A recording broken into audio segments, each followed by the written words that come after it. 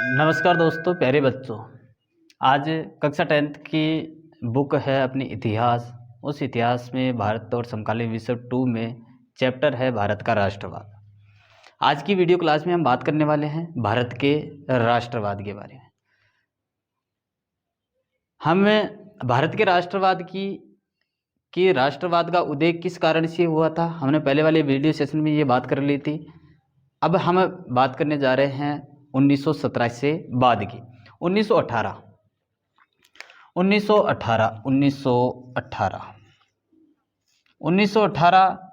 गांधी जी गए खेड़ा में। गांधी जी गए खेड़ा में और खेड़ा में उन्होंने उन किसानों से जब बात की तो वहाँ किसान लगान नहीं चुका पा रहे थे अंग्रेज़ों को। तो वहाँ गांधी जी ने सत्याग्रह किया। तो ये सत्याग्रह कहलाया खेड़ा सत्याग्रह। 1918 में फर्स्ट वर्ल्ड वार समाप्त।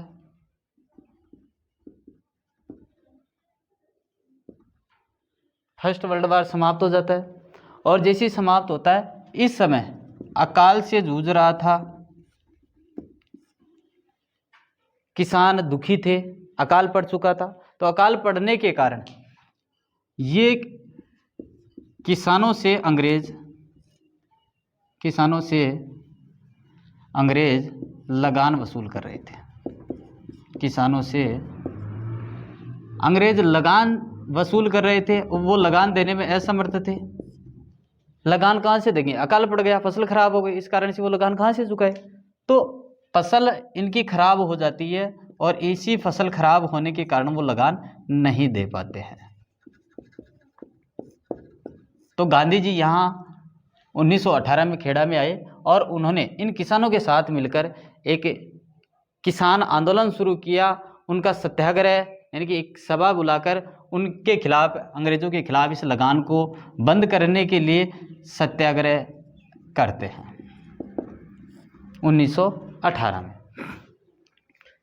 बात करें इसी के साथ खेड़ा सत्याग्रह के साथ, जैसे ही यहाँ पर सत्याग्रह संपूर्ण होता है वो चले जाते हैं 1919 में, 1918 में वहीं स्थान पर अहमदाबाद में भी एक समस्या बनी हुई थी। वहाँ जो मिल के मजदूर किसान थे, उन किसान जो मिल मजदूर थे, वो मिल मजदूर उन मालिकों के खिलाफ आंदोलन कर रहे थे। तो ये नाम पड़ता है अहमदाबाद मिल मजदूर आंदोलन। मिल मजदूर आंदोलन, ये मिल मजदूर आंदोलन अहमदाबाद पड़ता है अपना गुजरात में। गुजरात अहमदाबाद मिल मजदूर आंदोलन। बेचारे गरीब आदमी थे, वैसे ही उनके ऊपर जो मालिक थे वो मालिक उनसे बहुत ज़्यादा काम करवा रहे थे, ना उनको बोनस दे रहे थे। तो ऐसी स्थिति में इन मिल के जो मजदूर थे, इन मजदूरों ने वहाँ एक हड़ताल शुरू कर दी। क्योंकि इस हड़ताल का प्रमुख कारण हम बात करें तो इनके कारण थे काम ज़्यादा करवाना। मिल मजदूर के जो मालिक थे उनसे काम तो ज़्यादा करवाना, वेतन सही समय पर नहीं देना, वेतन सही समय पर न देना, ये कारण थे इनके। ज़्यादा काम करवाते और इनको जो वेतन दिया करते थे वो वेतन भी नहीं दे रहे थे, ना कोई इनको अलग से कोई बोनस दिया जा रहा था। यानी कि 8 घंटे काम करवाए, 8 घंटे की मजदूरी जो दी जाती थी, तो उनसे काम करवा रहे थे 12 घंटा। अब 4 घंटे के वो अलग से जो बोनस दिया जा रहा था वो बोनस भी नहीं दे रहे थे और काम भी ज़्यादा करवा रहे थे। तो घंटों के हिसाब से भी बात करें तो वो ज़्यादा काम करवा रहे थे, इस कारण से वो बोनस के हकदार थे। तो वो बोनस भी उनको नहीं मिल रहा था, बोनस नहीं मिलना। तो इस कारण से भी ये दुखी थे। अहमदाबाद का जो आंदोलन था इसका नेतृत्व कर रहा था, इसका नेतृत्व बात करें नेतृत्व करता कौन था? तो अनसुया बहन साराभाई।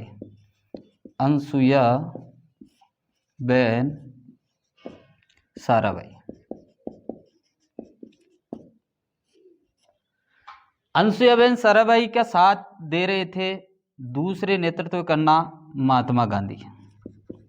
महात्मा गांधी। तो गांधी जी भी इसमें सहयोग कर रहे थे, नेतृत्व कर रहे थे। अहमदाबाद मिल मजदूर आंदोलन का विद्रोह का कारण बात करें, विद्रोह के कारण थे काम ज़्यादा करवाना, वेतन सही समय पर न मिलना, वहाँ पर प्लेग बीमारी फैलने के कारण वहाँ वेतन में बढ़ोतरी कर दी जाती है। प्लेग बीमारी भी यहाँ फैल रही थी। प्लेग बीमारी का कारण, प्लेग बीमारी होने के कारण भी वो उनसे मांग कर रहे थे कि हमारे को वेतन दिया जाए, लेकिन वेतन नहीं दिया जा रहा था। परिणाम निकल कर क्या आया? जैसे ही अनुसुईयाबेन साराभाई और महात्मा गांधी ने इस आंदोलन का सत्याग्रह का शुभारंभ किया अहमदाबाद में, हमारे इनके सामने एक निर्णय निकल कर आता है इन मजदूर मालिकों के लिए, जो 35% जो इनसे जो मालिकों पर मांग स्वीकार की गई थी वो 35% की गई थी। इन 35% तक इनको बोनस दिया गया, 35% बोनस दिया गया इनको। इनकी मांग मान ली गई और गांधी जी यहाँ जैसी मांग स्वीकार करते हैं, गांधी जी द्वारा हम बात करें तो यहाँ भूख हड़ताल के माध्यम से अहमदाबाद में भी भूख हड़ताल, तो भूख हड़ताल की बात है तो गांधी जी के द्वारा भूख हड़ताल कहाँ पर की गई थी? तो भूख हड़ताल की गई थी अहमदाबाद में, यानी कि अनशन पर बैठे, अनशन पर बैठे। कहाँ पर? अहमदाबाद। दोबारा देखते हैं, अहमदाबाद एक मिल मजदूर आंदोलन था। किसके खिलाफ था? मिल मालिकों के खिलाफ था, मिल मालिकों के खिलाफ था और इन मालिकों के द्वारा इनका शोषण किया जा रहा था। तो इस कारण से इनके, अहमदाबाद कहाँ है? गुजरात में। गुजरात में अहमदाबाद का नेतृत्व करने वाले कौन थे? अनुसुईयाबेन साराभाई, महात्मा गांधी। कहाँ में क्या कारण थे? अहमदाबाद मिल मजदूर में कारण थे काम ज़्यादा करवाना, वेतन सही समय पर न देना, बोनस नहीं मिलता, प्लेग बीमारी के कारण निर्णय क्या निकल कर आता है? निर्णय निकल कर आता है 35% बोनस इनको दिया गया। भूख हड़ताल यहाँ पर वो करते हैं गांधी जी। बात करें अगले 1919 की, 1919 में रॉलेट एक्ट लाया जाता है। रॉलेट एक्ट, ये रॉलेट एक्ट लाया गया था सर सिडनी रॉलेट के द्वारा। सर सिडनी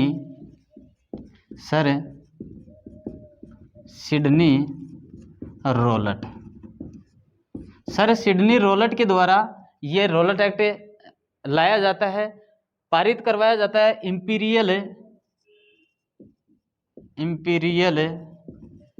लेजिस्लेटिव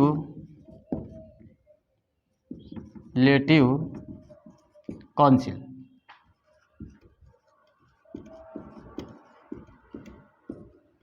काउंसिल के द्वारा इसको पारित किया जाता है,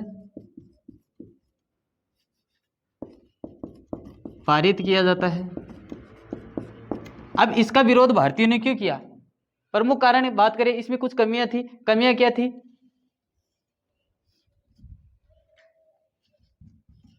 एक तो बिना अपील, बिना दलील, बिना अपील, बिना दलील और बिना वकील, बिना वकील के ऊपर कार्य किया जाता था अंग्रेजों के द्वारा। कोई अपील नहीं है, कोई वकील नहीं है, किसी को नहीं छोड़ेंगे, बिना शक के आधार पर इनको गिरफ्तार कर लिया करते थे। शक के आधार पर, शक के आधार पर गिरफ्तार करना। तो एक ये समस्या बनी हुई थी रॉलेट एक्ट में, शक के आधार पर वो व्यक्तियों को पकड़ते कि ये अंग्रेजों के खिलाफ जा रहा है और इसको क्या कर दिया जाए? जेल में डालने का काम किया जाए। तो भारतीयों ने इसका जमकर विरोध किया और इसको काला कानून की संज्ञा देते हैं। काला कानून की संज्ञा, काला कानून की संज्ञा किसको दी जाती है? रॉलेट एक्ट को किसके द्वारा दी जाती है? भारतीयों के द्वारा, भारतीयों के द्वारा, भारतीयों के द्वारा रॉलेट एक्ट को काला कानून की संज्ञा दी जाती है। और ये समस्या बनी हुई थी कि यहाँ जो भी व्यक्ति ऐसे लगते हैं अंग्रेजों की, हाँ ये हमारे खिलाफ जा सकता है, तो इनको पकड़कर जेल में डाल दिया जाए, क्या पता ये अपने को नुकसान पहुँचा दे। ऐसा ही एक विरोध और चल रहा था। उस विरोध के बारे में मैं कहना चाहूँगा, किसी एक किसी ने कहा है कि अंग्रेजों की यातना में सिंचित, अंग्रेजों की यातना में सिंचित मैं वही अनुराग हूँ, मैं वही अनुराग हूँ, वीरों की उष्ण लहू से भीगा और मैं जलिवाला बाग हत्याकांड हूँ। तो वही बाग है, यानी कि इसी का विरोध, काले कानून के साथ विरोध किया जा रहा था पंजाब में। पंजाब और बात करें अमृतसर में, अमृतसर में, अमृतसर में, पंजाब और पंजाब अमृतसर में इसका भी विरोध किया जा रहा था 13 अप्रैल 1919 को।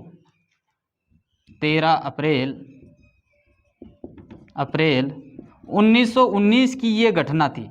घटना क्या थी? अंग्रेजों के द्वारा यहाँ एक अमृतसर में एक सभा चल रही थी, और सभा किसके विरोध में चल रही थी? काला कानून जो था उसके विरोध में एक सभा का आयोजन किया जा रहा था।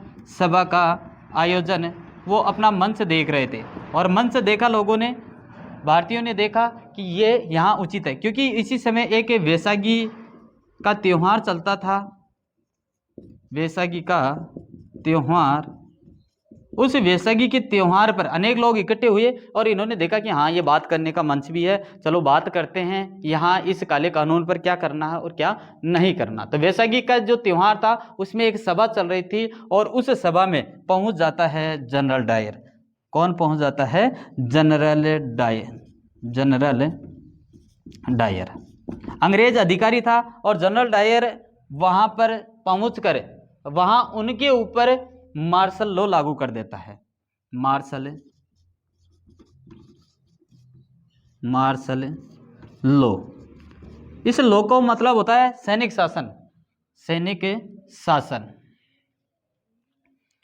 सैनिक शासन, यानी कि जिस तरह अभी हम समझे, एक अच्छी तरह समझ लेते हैं कि जो 144 धारा लगाई गई कोरोना के समय में भी, हम जैसे ही घर से बाहर निकलते और बाहर निकलते ही 144 धारा में आपको बाहर नहीं निकलना है, और पुलिस वाले आ जाते थे। तो ऐसा ही यहाँ पर सैनिक शासन लागू किया गया अंग्रेजों के द्वारा। क्या लागू किया गया? यहाँ जो व्यक्ति थे उनके ऊपर कि यहाँ मार्शल लॉ लगाया गया है, आप 144 धारा है और इस 144 धारा में कोई भी कुछ भी काम नहीं कर सकता, इतने व्यक्ति एक जगह नहीं हो सकते। लोग वहाँ वैसाखी का त्यौहार मना रहे थे, उनको पता नहीं था कि ऐसे अंग्रेज कर देंगे, तुरंत मार्शल लॉ लगाया और 144 धारा या सैनिक शासन की बात करें वहाँ पर लगाते ही जनरल डायर के द्वारा। बस उनको बहाना चाहिए था और कुछ नहीं चाहिए था, केवल बहाना था। वहाँ पर मार्शल लॉ लागू करने के बाद वहाँ उनको कहा गया कि आपके ऊपर मार्शल लॉ है, और अंधाधुंध गोलियाँ चलाने का आदेश दे दिया। गोलियाँ चलाने का आदेश, तो ध्यान में रखना, गोलियाँ चलाने का आदेश किसने दिया? जनरल डायर ने। क्या बहाना बनाकर? मार्शल लॉ है वहाँ पर, वहाँ मार्शल लॉ है, और मार्शल लॉ में आप एक जगह इकट्ठे नहीं हो सकते। तो ऐसी एक द्रुततापूर्ण इनको के द्वारा ये की गई, और गोलियां चलाने पर वहाँ बेचारे कम से कम हम बात करें तो हजारों की संख्या में वहाँ लोग मारे जाते हैं। हजारों की संख्या में लोग वहाँ पर मारे जाते हैं, बेचारे मारे गए। क्योंकि जो हम बात करें, जहाँ सभा चल रही थी वैसाखी का, जो अमृतसर में जो सभा चल रही थी, उस अमृतसर में जो किला था, उस किले में एक ही छोटा सा गेट था। जैसे ये गेट है अपना, इस गेट के अंदर एक ही व्यक्ति ही जा सकता है। इस गेट में इतनी जगह ही थी कि 2 व्यक्ति बराबर में या 3 व्यक्ति बराबर में नहीं चल सकते। तो छोटा रास्ता था, और इस रास्ते से एक व्यक्ति पैदल जा सकता है। इधर ये एक कुआं था, इसी के अंदर कुआं, बेचारे यहाँ सभा हो रही थी उन लोगों की, चारों तरफ इधर गेट से, इधर वाले गेट से चारों तरफ से ये क्या कर लेते हैं, इनको अंदर आकर घेर लेते हैं। कौन घेर लेते हैं? जनरल डायर के आदेश देने पर जो उनके कर्मचारी थे वो यहाँ आते हैं और चारों तरफ पुलिस वाले घेर लेते हैं। और यहाँ से रास्ता था, इस रास्ते से भागने का प्रयास भी किया इन्होंने। जब गोलियां चलना शुरू हुई तो रास्ते से भागना शुरू किया, लेकिन रास्ता छोटा होने के कारण उसी रास्ते में कहीं दब गए, और दबने के कारण यहाँ वैसे मौत हो गई और अनेक लोगों को वहाँ गोलियां लगी। आइए, आप पे स्क्रीनशॉट लेना चाहो तो ले लेना, और क्योंकि ये नोट्स फॉर्म में उतारने के लिए बढ़िया तरीका है। स्क्रीनशॉट ले लीजिएगा आप। और अगले वीडियो सेशन में हम इसी पर बात करेंगे, भारत के राष्ट्रवाद के 1919 के बाद की बात। जय हिंद, जय भारत।